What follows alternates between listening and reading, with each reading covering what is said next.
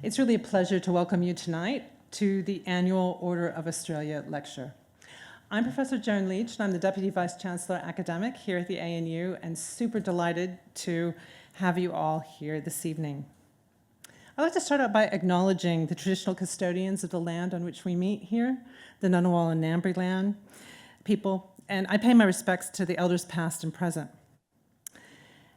I also note that we are at the Lewitcha O'Donoghue building tonight, and we meet in Cambry. And that name Cambry was gifted to the ANU by the local people, and you'll recognize Cambry, sounds a lot like Canberra.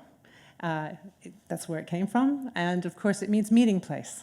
And so we meet here tonight to hear the annual Order of Australia lecture, and we gather like people have done for many years.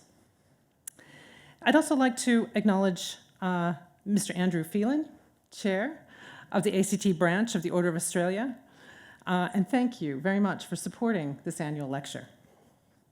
So the Australian National University, in association with the Order of Australia Association, established this lecture in 2010, so it's now in its 16th year. And over the years, we've had the privilege of hearing from distinguished Australians addressing topics that shape our nation's identity and future. This year, Emeritus Professor Mark Howden, AC, FAA, FTSE, who received the highest honor being appointed Companion of the Order of Australia for eminent service to environmental science, to the global response on climate change and adaptation, to agriculture, to tertiary education. He will deliver this year's keynote, Go Hard or Go Slow on Climate Change. What is in the national interest? Now, I do note that we have some previous lecturers in the audience, and so I want to note that we've had several years of amazing lectures. In 2020, Admiral Chris Berry, AC, gave his paper, It's an Honor, reflecting on his career. In 2021, Professor Peter Yu, AM, looked forward and looked back to Indigenous history. In 2022, Professor Rory Metcalfe, his address was Making Sense of National Security. Professor Kieran Kirk, in 2023, gave his address, Humanity's Ongoing Battle with Infectious Disease. And last year, Professor Kuntala Lahiri Dutt, who's sitting right here in the second row, hello Kuntala, gave her lecture, A Possible World, Transforming Gender Relations for Sustainability. So with that quite eminent list of people who've come before Mark, I'm absolutely delighted to introduce you to the audience ahead of your talk. So many of you will know Mark. He's the vice chair of the Intergovernmental Panel on Climate Change, the IPCC, and until recently was the director of the ANU Institute for Climate, Energy, and Disaster Solutions, and chair of the ACT Climate Change Council. He contributes to several other major national and international science and public advisory bodies, and he's worked on climate variability, climate change, innovation, and adaptation issues for almost 40 years in partnership with industry, community, policy groups, in research, and in science policy interface roles. And of course, he's a high-profile public communicator. He helped develop the national and international greenhouse gas inventories that are a fundamental part of the Paris Agreement and pioneered sustainable ways to reduce emissions.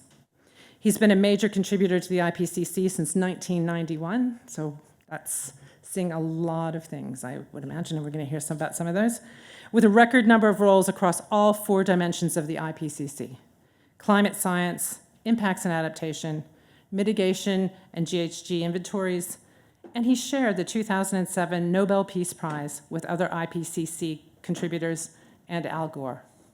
So without further ado, I give you Emeritus Professor Mark Howden.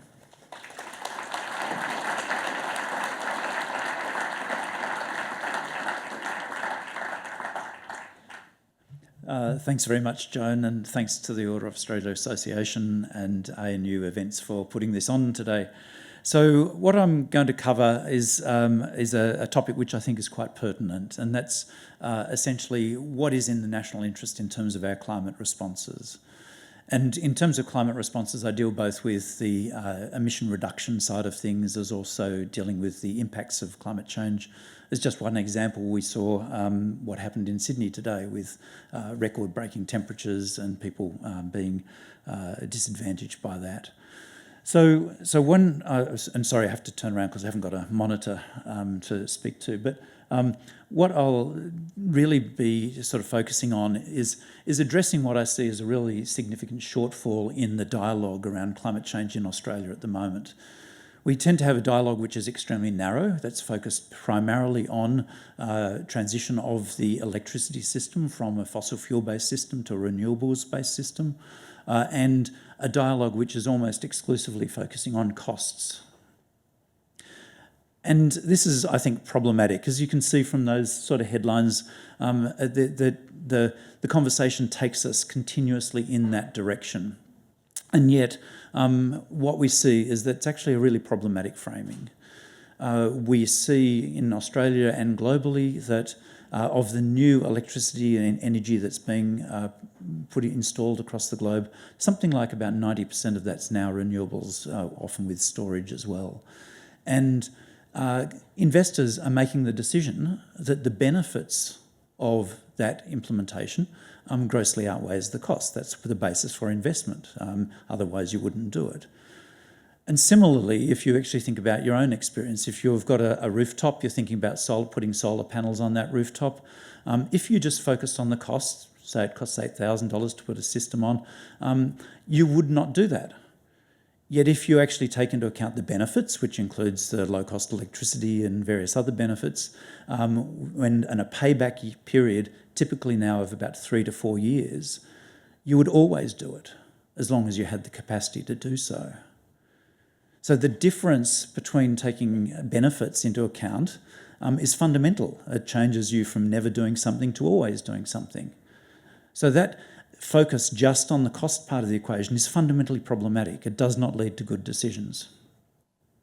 And so we need to address that. And just as I put up there is that a recent study looked at what would have happened to energy prices, electricity prices, if it wasn't for renewables in the Australian system. And the answer is we'd probably be paying 8 to 22% more for our electricity than we currently do because we've got wholesale, large-scale wind and solar in our system. And just want to acknowledge Andrew Blakers as one of the inventors of most of those solar panels, the PERC system, which is actually occupying about 80% of the panels that are being produced now across the globe. Now, if we actually think about that, that's a big benefit already. But if it wasn't for those solar panels on the roof, that same study estimates that it would have been between something like 8% and 50% increase in our electricity costs in the absence of solar and renewables. So that argument that renewables are costing us a lot because our power prices have gone up is actually fundamentally misleading. The argument should be that in the absence of those renewables, power prices would be much higher and we'd all be suffering in terms of the consequences in cost of living. So we can see how the debate is being distorted by that particular framing. So what I would presenting here is just a suggestion that we need to take a much more nuanced, comprehensive and intelligent approach to assessing what's in the national interest rather than the current dialogue. And that means we need to look at the costs and the benefits of emission reduction, the costs and the benefits of climate change impacts, the costs and the benefits of adaptation to those impacts, and the costs and benefits of other factors that surround this issue. And so by taking a more comprehensive approach, I think you can start to get a little bit more clearly about what is in the national interest here.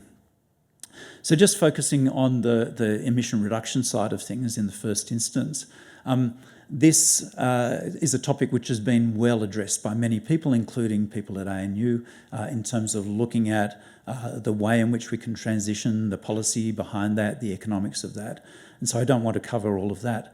But what we see is all of those people and the Climate Change Authority with their targets assessment, beyond zero emissions and various other groups, consistently when they put out a report on transitions of different sectors, not just the electricity sector, there almost always is a viable transition pathway which either has very little net cost or provides a major benefit.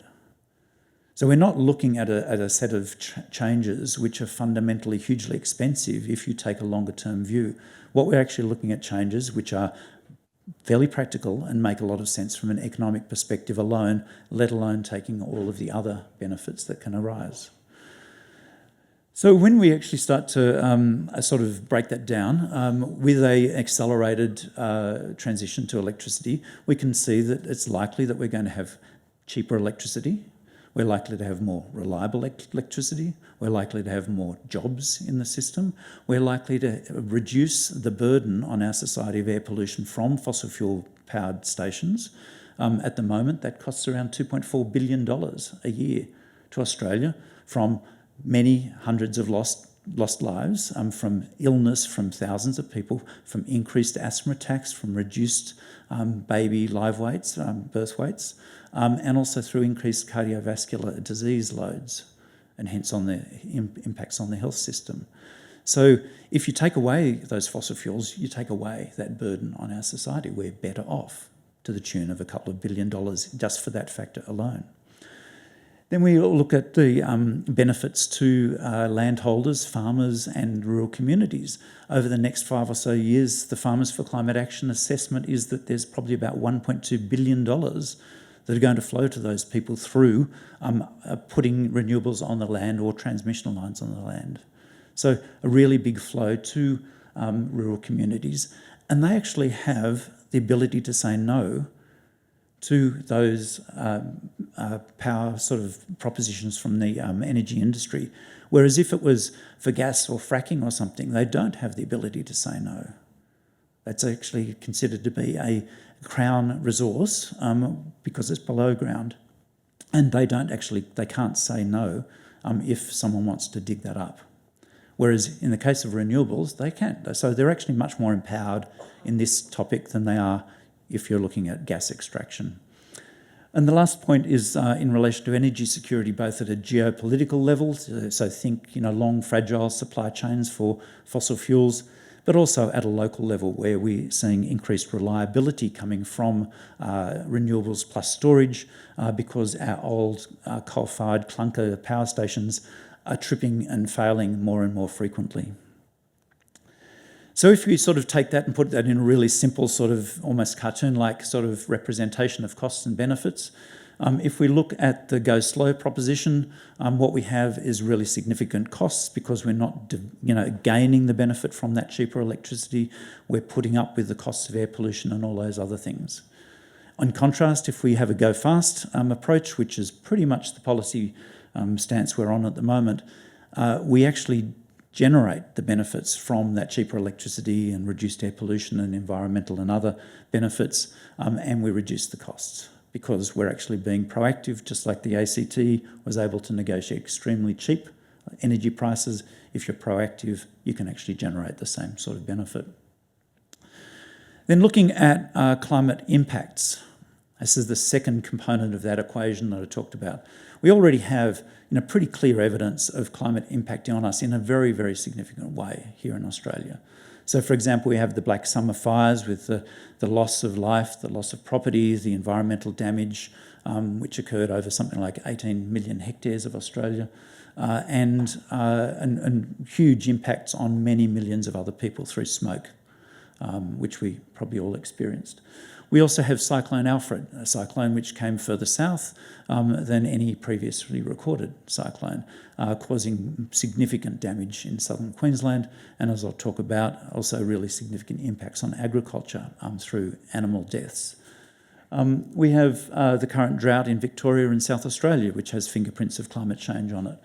We see rapid sea level rise and increased wave energy around our oceans, and I'll cover this a little bit more in a second.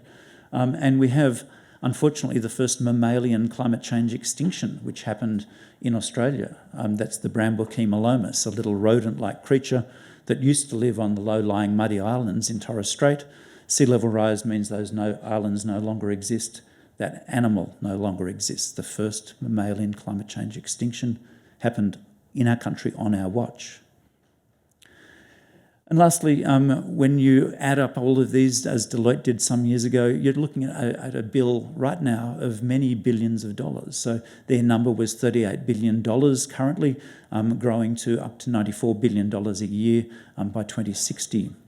And that list of things could go on. So what we're seeing is a very clear evidence that the costs of climate change are very large, and there's very limited upside to this. Just a few situations like increased rainfall in the northwest of Australia has increased agricultural productivity there, but the list is extremely short. Now what I'm going to do is just take you through a few examples of some of the things that you may not have heard of in relation to climate change impacts, just to illustrate the sort of depth and variety of ways in which this can impact on us. So this table here, which I don't expect you to interrogate in detail, is from the IPCC, the last assessment report. What we did was we gathered all of the information available on climate impacts right across the globe, many thousands of studies, and we classified them in terms of different geographies. So that's the lines on that graph. So there's a global geography at the top, so that's the whole globe, and then it goes continent and then particular circumstances.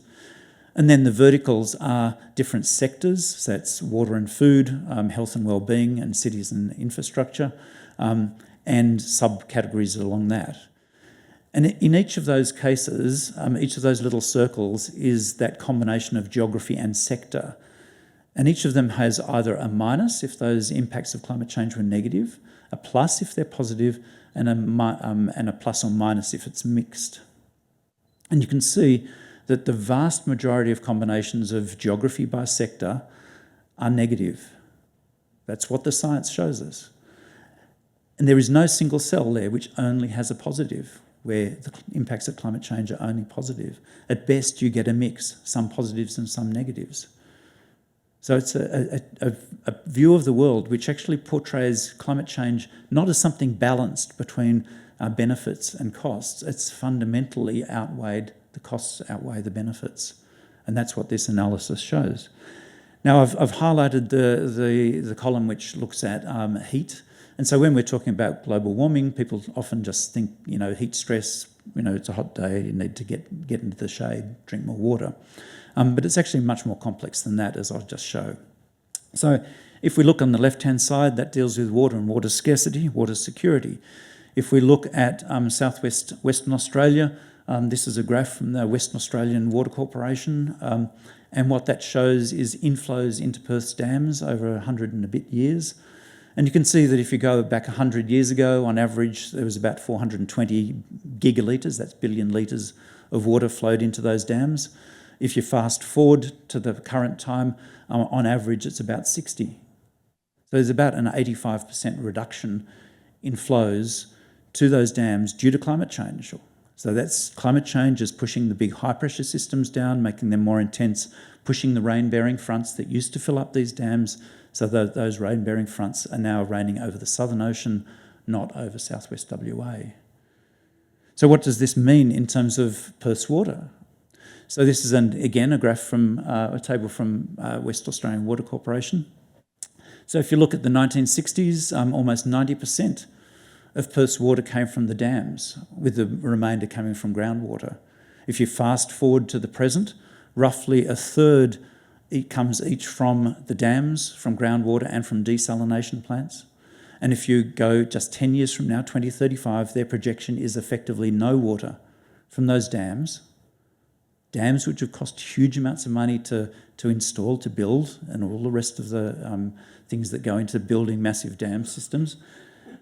A quarter or so will come from groundwater, and 2/3 roughly from desalination. Now, groundwater and desalination are fine if you want to do that, but they're much, much more expensive in terms of dollars, and they're much more expensive in terms of greenhouse gases. So if you have a coal-fired powered network for electricity to power a desal plant, more desal means more greenhouse gases, which means more climate change, which means less water, which means more desal. It's a really nasty little feedback you've got in there. So that's the sort of system that we're actually putting in place if we don't take into account climate change. Now, if we look at agriculture, both crops and livestock, just as a quick example, we've got here a study which looked at the impact of climate change already on agricultural productivity across the globe. So the darker the red colour, the bigger the impact to date. So this effectively says, what is the difference between, what difference has agriculture made in terms of dragging back agricultural productivity compared with what it would otherwise be? And it's only a couple of countries in the northern hemisphere up towards the Arctic where there's a benefit from climate change. Almost everywhere else, it's a disbenefit. And on average across the globe, their analysis shows it's about a 21% reduction in agricultural productivity compared with what it would otherwise be in the absence of climate change. And you can see from that graph that the vast majority of the really negative impacts are across the developing countries, across the equatorial to subtropical regions. Very different between the developed and the developing world in terms of the impact on agriculture. So that's the sort of big picture. And if we look at the details, you start to see really disturbing stuff. So 6 years ago, there was an event in northern Queensland. There was a long drought, followed by a really extended rainfall depression, which generated lots of rain and very low temperatures. About 2/3 of a million cattle died in that event. Their energy balance was already negative. The cold weather turned that even more negative, and they got stuck in the mud, because of the rainfall, and they died in the hundreds of thousands.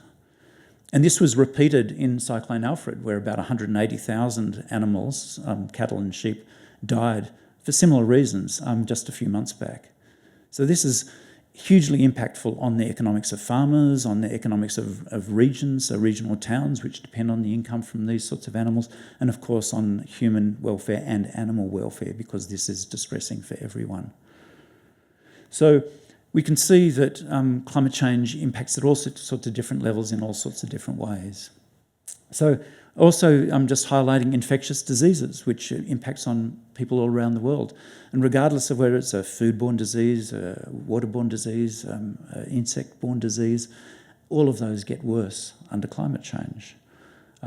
If we start to look at mental health, which is the other column highlighted up there, what we know is as temperatures go up, criminality tends to go up. We get more people doing minor crimes. We also know that psychiatric admissions to hospitals go up.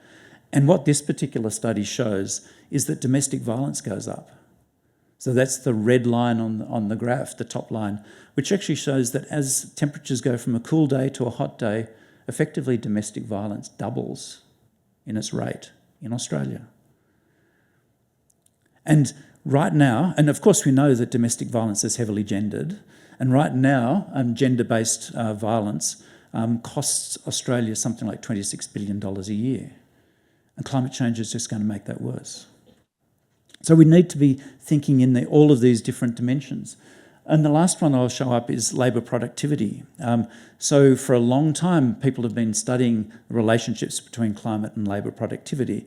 And typically you see a graph like this.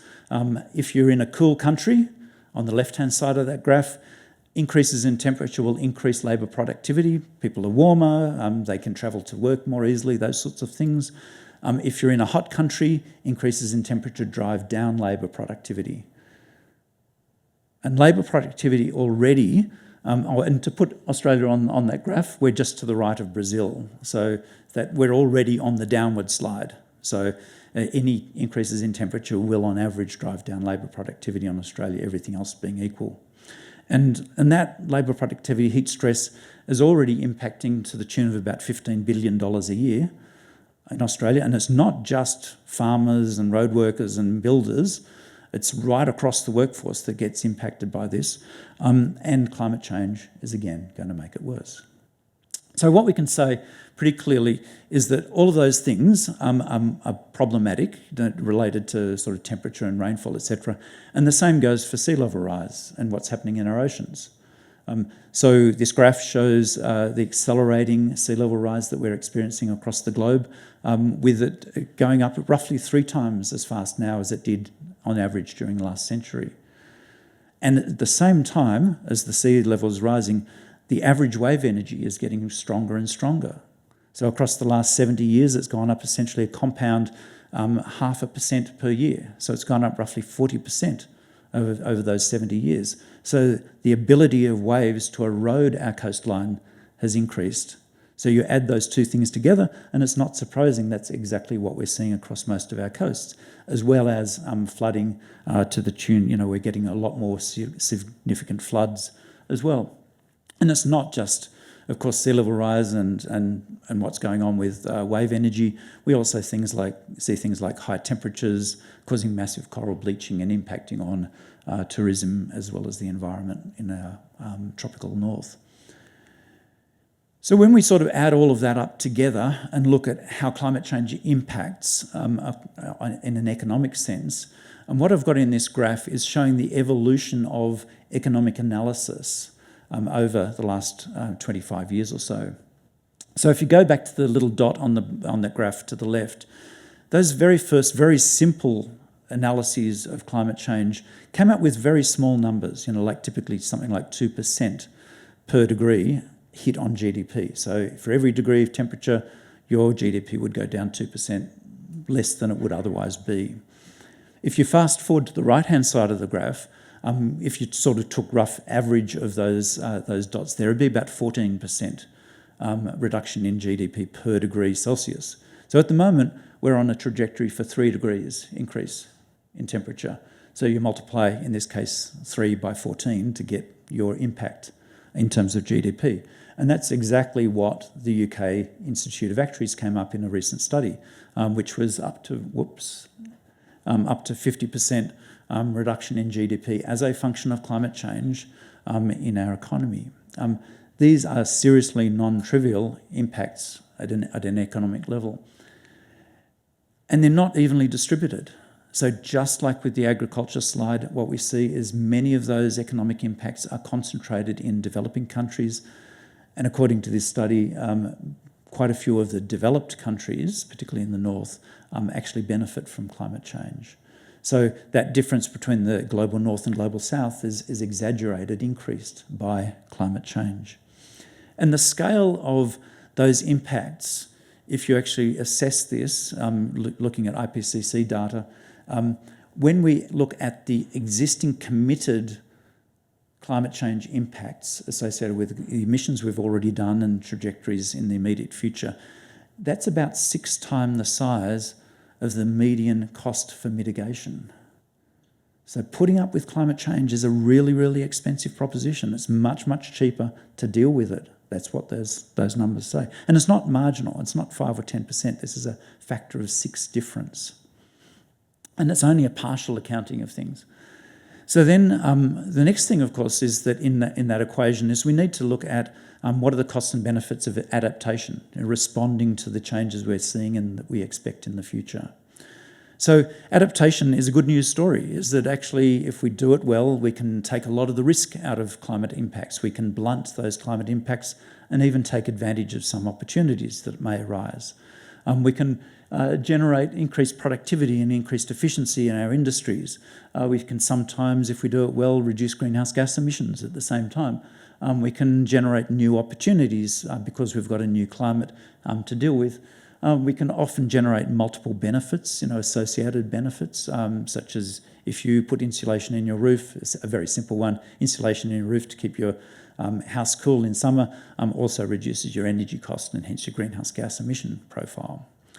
And also we see that adaptation is really important because it actually allows people to effectively take control of their lives. It empowers them in a face of something that otherwise is far too big for them to deal with individually. So they can actually start to deal with this, and that decreases their stress and it improves their decision-making capability. So adaptation has a lot of benefits, and this is only a very, very quick skate across them. Unfortunately, adaptation is poorly quantified, particularly at large scale. So if you're looking at sort of regional to global scales.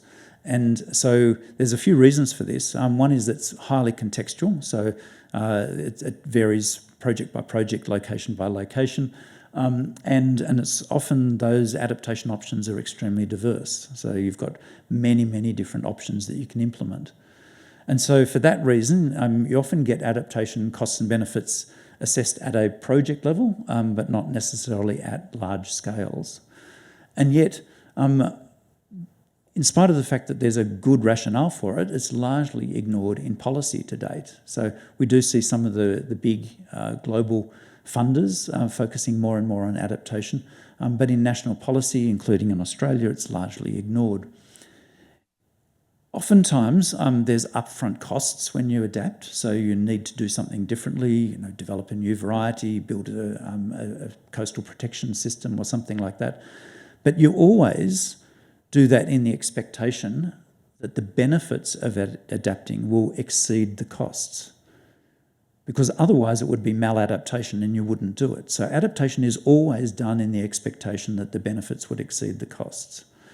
And so, unfortunately though, the fact that there are upfront costs plays into that narrative that I started out with. If you focus on costs, you don't do it. And so, unfortunately, that narrative controls what we discuss in terms of adaptation, just like it does in discussing emission reduction. Now, some of the benefits of adaptation have been assessed and estimated, and typically they come out if you spend $1 on adaptation, you get back $2 to $17 is the sort of range of numbers. But many studies have converged to about $10 to $11. So for every dollar you spend, you get $10 worth of benefit. And just like with solar panels on your roof, when you have a payback period that is so short, it becomes a no-brainer. It becomes a situation where to not fund adaptation is a highly irrational thing to do, because for every dollar you spend, on average you get about $10 back. You don't get many places you can put your money where you get that sort of return. And in one study across a dozen countries looking at 320 different adaptation options, this is done by the World Resources Institute, they found that those adaptation options over a period of 10 years would probably deliver those countries something like 1.4 trillion US dollars, so I think 1.8 billion trillion Australian. And the rates of return were extraordinary, on average about 27%. So, think a payback period of about 4 years. And in some sectors, like the health sector, it was much, much higher, almost 80%. So if you look at that sort of analysis, adaptation is a no-brainer. And yet we're not doing it, and particularly here in Australia. Now, I just want to cover briefly a couple of other topics. So these are the sort of, other benefits and other impacts that we might need to think about. And this is a very short version of a longer list. But we need to think about how climate response relates to sustainable development. So Australia and other countries have all signed up to the 17 Sustainable Development Goals. We're supposed to achieve them by 2030. We're way behind the 8 ball at the moment. But the IPCC in the last assessment said very clearly that you can't have sustainable development without an effective adaptation response, and you can't have an effective, climate response. You can't have an effective climate response without sustainable development. These things go hand in hand. So effective climate responses are one of the ways in which we can deliver, reduce poverty, improve water resources, etc., right across the globe if we do this well. I also want to cover sort of inequity, instability in our systems, and also insurance, just fairly briefly. So inequities. When you look at climate change, inequities abound. So I've shown you a couple of maps where the difference between what is projected to happen in developing world versus the developed world is stark. And that results in really significant geographical inequities between the global south and the global north. And so those differences in living standards, etc., and opportunities, climate change is just going to expand those. It's going to cause more inequitable societies. And inequitable societies are not happy societies. They generate lots of disturbance. Your trust goes down, your transaction costs increase, your productivity declines. There's a lot of negatives that happen when you have inequities in your system.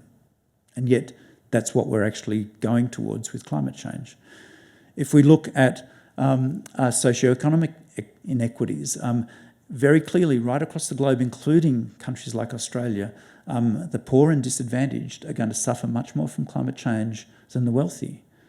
And there's also gender and age inequities. Many studies have shown that women, and the very young and the very old, are much more disadvantaged when it comes to climate change than otherwise.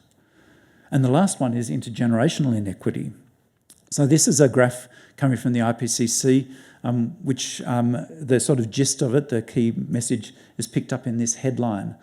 Today's kids will suffer from 3 times as many climate extremes. A child born today, that is, will suffer 3 times as many climate extremes as their grandparents did. And the actual studies show 3 to 4 times as many climate extremes, and in some parts of the world it was up to 10 times as many. And so if you think about it, someone of my age, a climate extreme that might have happened a couple of times in my life, that will happen probably on average on a decadal basis for a child born now. And yet you sort of have to think about what this might mean. And so it means that for someone in a developing country particularly, they'll get hit by one of these extremes. They'll start the recovery process, sopping up a lot of their available resources. And by the time they've almost recovered, the next one will hit them and just drive them downwards in a big, big spiral. And that's really, really problematic. So when we start to think about inequities, we need to think about all of those different types of inequities. And we need to think about how that propagates out into other things, such as violence from non-state actors. And we're seeing this already. And just one example, of course, is the Arab Spring. But there's many other examples of how these sorts of problems that climate change is exacerbating translates into violent behaviour. And the last one I want to cover is insurance. So we've already got an insurance system which is fragile because of climate change. Outlays are going up, premiums are going up as a consequence, and as a result, the ability for people to take out insurance is declining. So recent studies of this is just one of recent studies. Around about 20% of Australians are either uninsured or underinsured, like 4% are uninsured. Something like $120 billion of home loans don't have adequate insurance, mortgage insurance, dealing with climate factors. That puts our banking system at risk. And we see that nowadays that on average annually about 1 in 20 Australian homes will get hit by a climate event, either damaged or destroyed every year, which means that probably within our circle of friends and family, we know someone who's going to be hit by a climate event each year.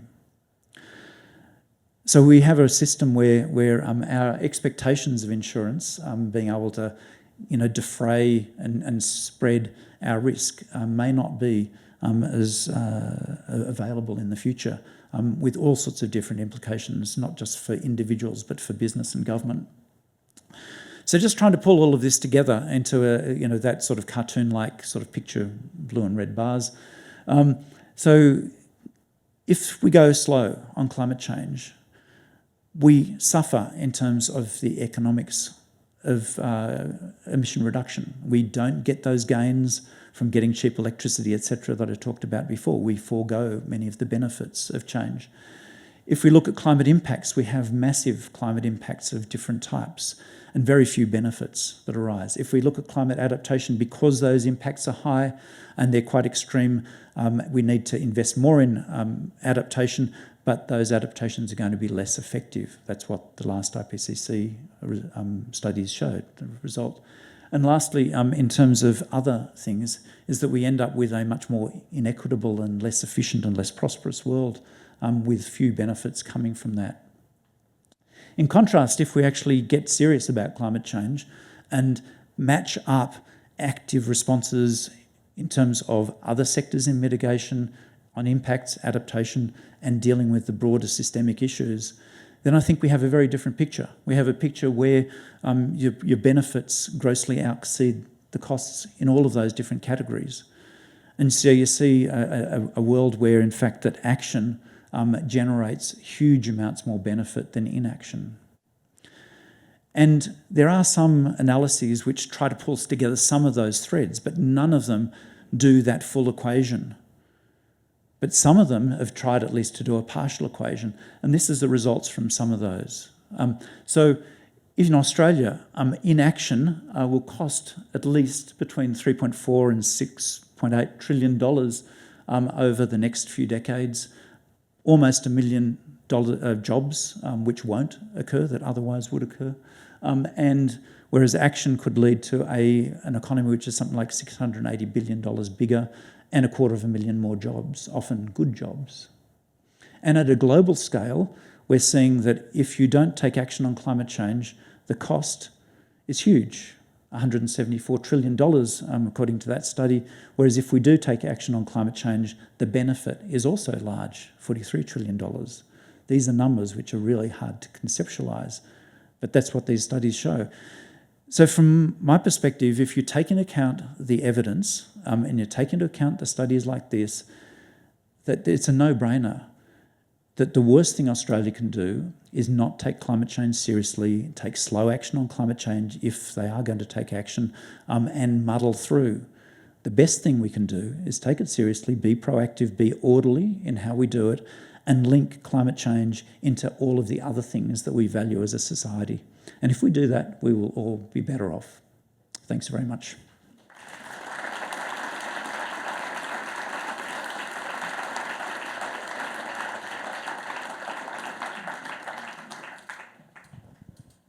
Well, thank you very much for that. I'm still blown away by... I had advanced warning of the presentation, and it took me about 2 hours to read it, and my blood pressure is still twice what it should be, I suspect. Professor, you've agreed to take some questions, so I'm sure there are many questions here, and there are people running around with microphones. Up there.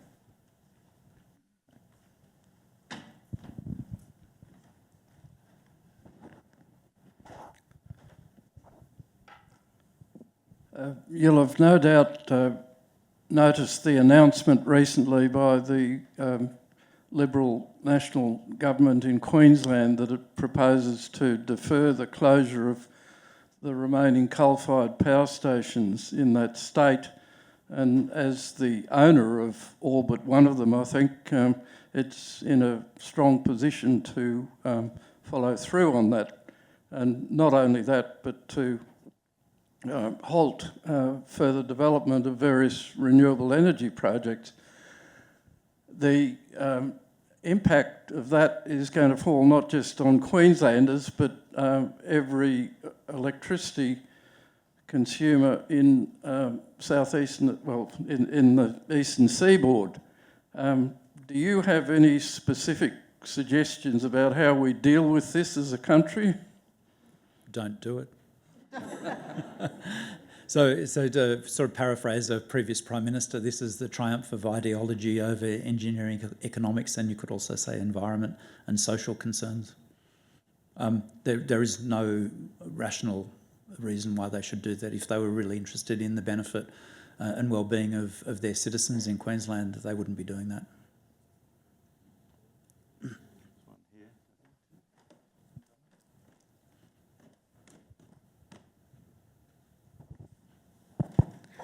Professor Mark Howden, thank you very much for a compelling lecture, and congratulations for receiving this huge honor for yourself and for ANU. It makes us all very proud that we are associated in one way or the other with this university and with you.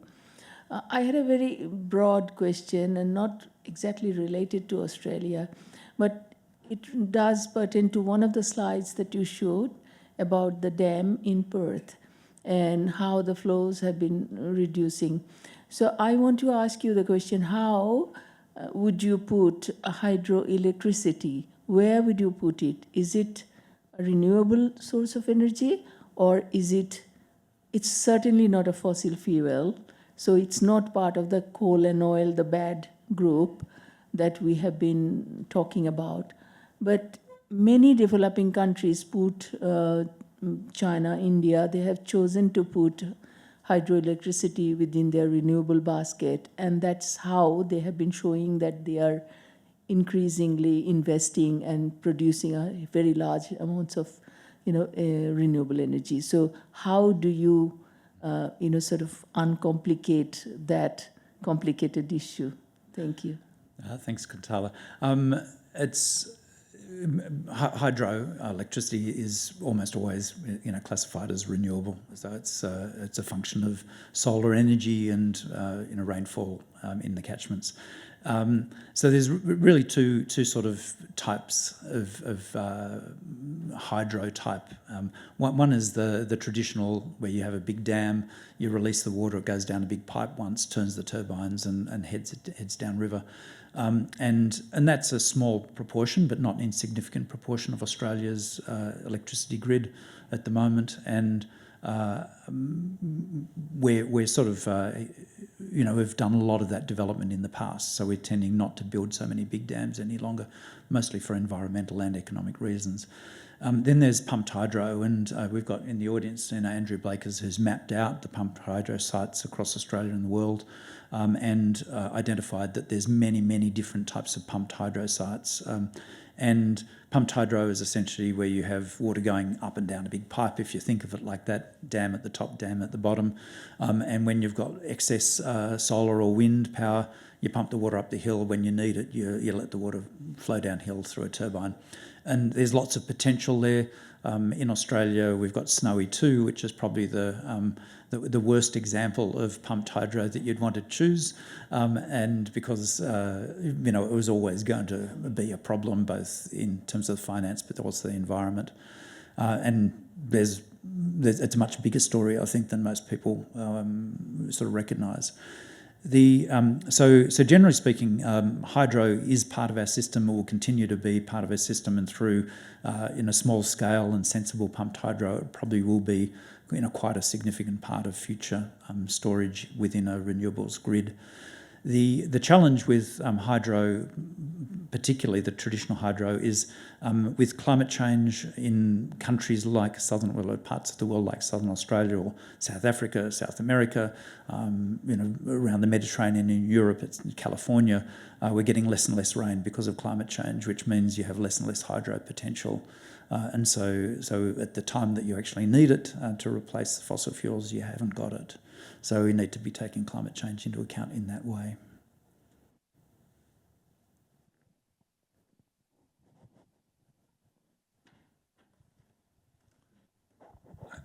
Thanks, Mark, and congratulations on your honour that you received.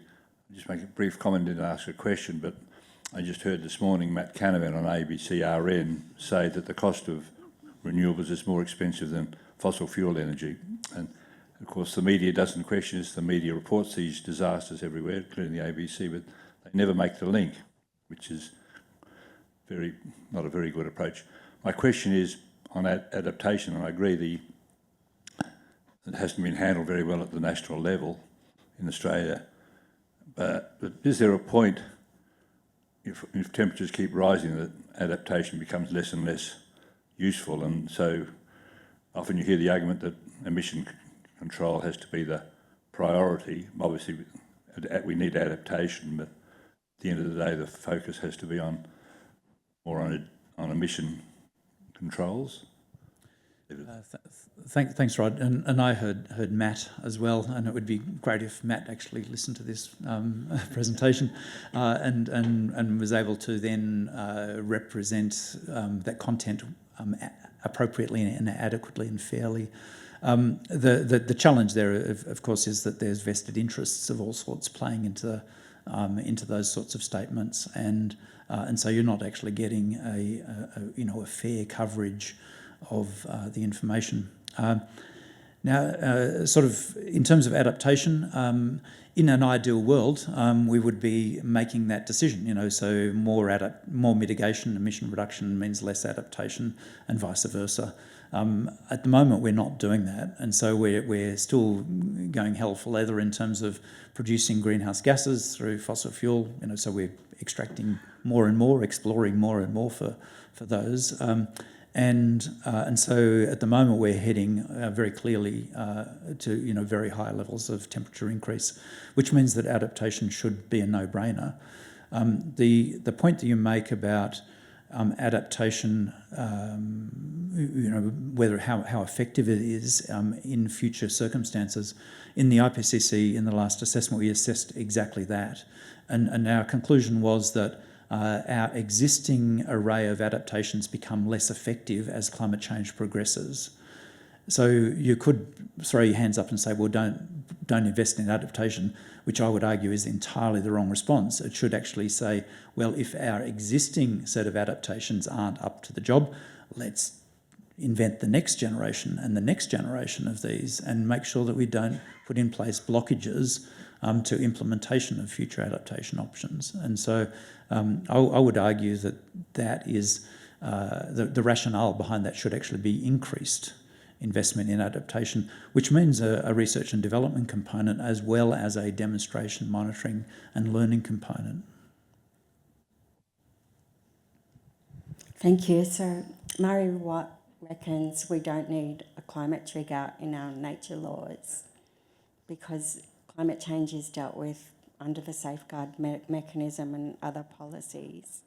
Meanwhile, Murray Watt approved the North West Shelf Woodside project out to 2070 because he was not compelled to consider climate change impacts.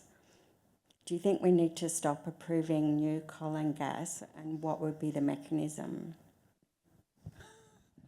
So, I mean, this is entirely sort of political in nature, and the consequences, I think, of not having a climate trigger will be that the Greens will not pass revised legislation without that. And as a consequence, we're going to be left with the old environmental legislation, which is demonstrably inadequate. And so it's not a great outcome. And in terms of that argument about other mechanisms such as the safeguard mechanism dealing with that issue effectively, well, I don't think it does. And and I think increasingly we'll see analysis which shows that safeguard mechanism is inherently a limited sort of array of companies with a get out of jail clause, which is effectively offsets. And at the moment, companies are buying up huge amounts of land to take advantage of that loophole, essentially. And so I think we do need a fairly wholesale, redirection of that legislation and associated legislation.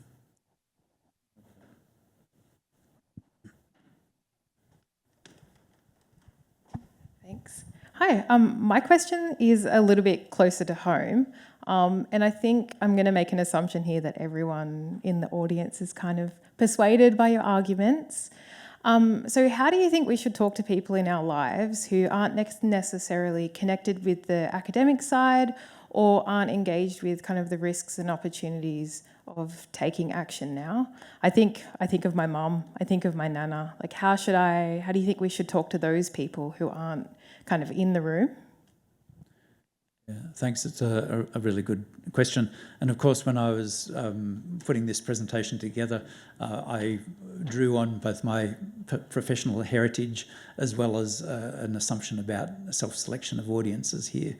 And so, but if you are sort of doing that, firstly is that ensure that the conversation is respectful, is that you don't get very far if you don't have respectful conversations.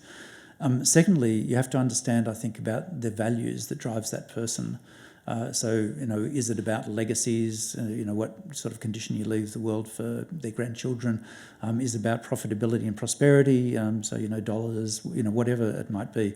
And then you construct your argument around those values. You don't argue with something which is completely adverse to those values. So there are studies which actually show how to do this. And if you look at a sort of, in a sense, a left-right spectrum or a conservative to progressive spectrum, you can choose arguments which fit different parts of that spectrum. And so they're very different as you go across that spectrum. So there are resources which can help you have productive conversations which actually do lead somewhere.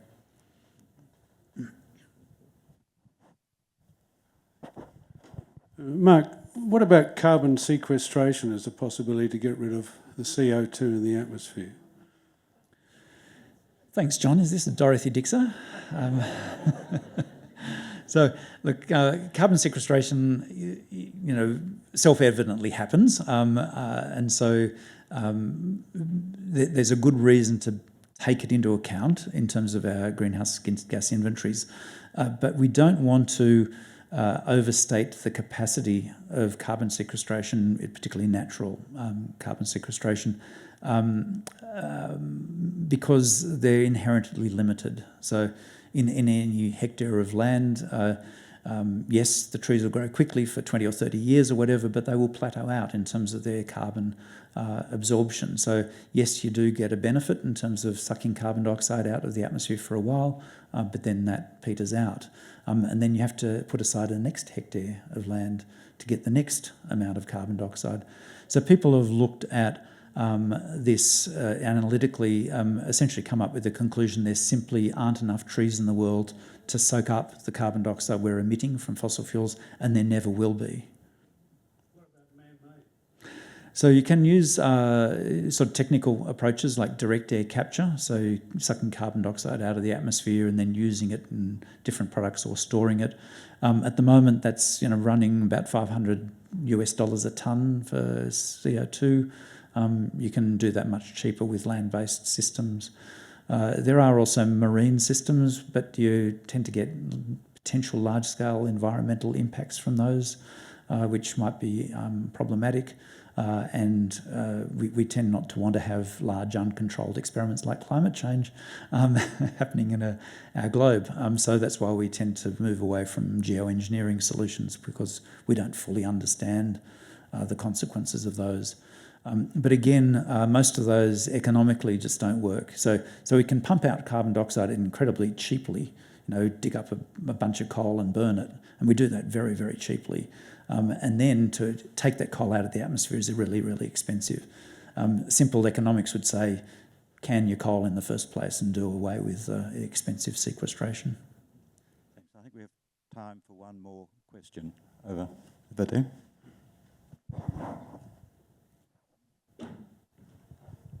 So, Mark, would you care to speculate on why it is that the politicians representing the sector that's probably most vulnerable, namely farmers, tend to talk a lot about why we should not do anything about climate change?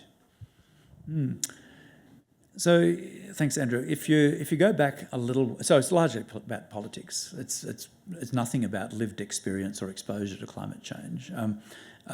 So if you go back a little way, is that the average Australian farmer was 4 times more likely to be a climate denier than the population average, and they were half as likely to say that climate changes were human-induced, the changes we're seeing. So on a spectrum, they were right at one end of that spectrum. And so that was largely because they bundled up the beliefs and ideologies associated with their political party into their personal beliefs, and so that was what they expressed. And we've got Beck Colvin in the audience, who's an expert on bundling. Where are you, Beck? They're up there, so you can ask Beck about this later.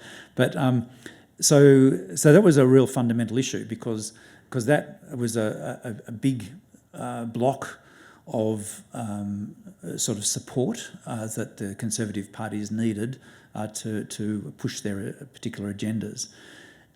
There was the development of an entity called Farmers for Climate Action, which said we're experiencing climate change. We don't align with that political agenda and that ideology. We need to be talking out in public about what we're experiencing, what we can do about it. And so they formed Farmers for Climate Action. This goes back now quite some years. And Farmers for Climate Action is now the second biggest environmental NGO in Australia. And it has a powerful voice in politics.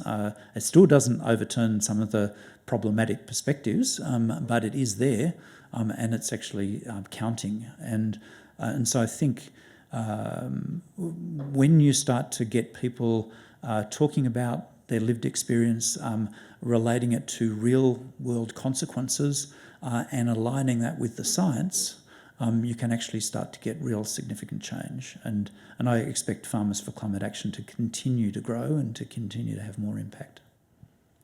Well, thank you very much for that.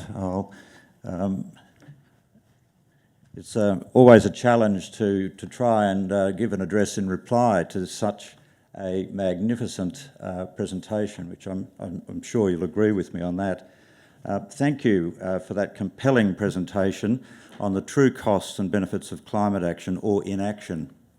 Your presentation was not only timely, in fact it's probably more than timely, and thought-provoking, but deeply grounded in decades of scientific rigour, policy engagement and public service. Your lecture offered a much-needed lens through which to understand the complex and often polarised public discourse surrounding Australia's climate trajectory.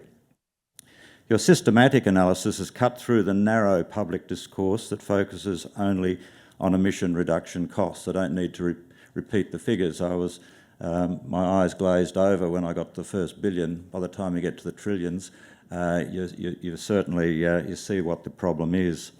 Your real contribution today has been insisting we examine the complete complex ledger. The framework you've presented, weighing emission reduction costs against climate impacts, adaptation needs and broader social societal benefits, is precisely the rigorous analysis our national conversation needs. And I like the part where you said there's always a practical path that we can take. Somehow we always seem to be taking, unfortunately, a more difficult one and a more costly one, and certainly downstream a very costly one. The evidence is sobering, from Black Mountain summer fires to Perth's water crisis, from our first mammalian climate extinction to mass cattle deaths. The impacts cost an estimated $38 billion annually, projected to reach $94 billion by 2060 in Australia. You talked of global productivity loss of the order of 21%, at a time when wars and other things are taking very productive lands out of the equation as well, and the population keeps growing. You don't have to be a mathematician or a scientist to see what that might cause downstream, or not in the not too distant future. And these are present realities. Your comparison crystallises the choice before us. Inaction could cost Australia 3.4 to 6.8 trillion and 880,000 jobs, while decisive action could deliver 680 billion larger economy and 250,000 additional jobs. And as you noted, immediate climate damages exceed median mitigation costs by a factor of 6. This reframes the question from can we afford to act to can we afford not to. The inequities you've highlighted, geographical, socio-economic, generational, remind us that this isn't merely economic but profoundly moral. As Vice Chair of the IPCC and long-standing contributor to international climate science, your insights carried the weight of experience, evidence and clarity. We've seen that today, how clear it is. You have been at the forefront of climate change research and policy for nearly 4 decades, and today's lecture reminded us all why your voice continues to be so influential, both nationally and globally. Your closing words will stay with us for a long time, I suspect. Every year matters. Every part of a degree matters. Every choice matters. Thank you for your clarity, rigour, and your unwavering commitment to scientific integrity, societal well-being, and evidence-based policy in our national interest. Please join with me in showing our appreciation for the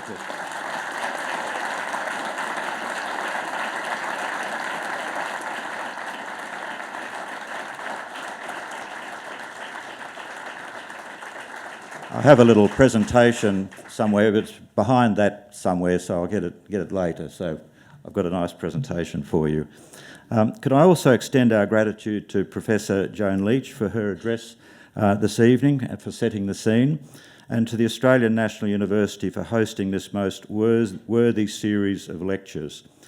As you'll agree from this evening's presentation, the aim of the series, which is to further recognise the contribution made by academic members of the Order of Australia to the very fabric of Australian society, is very much being fulfilled. Thank you once again, and enjoy the rest of your evening.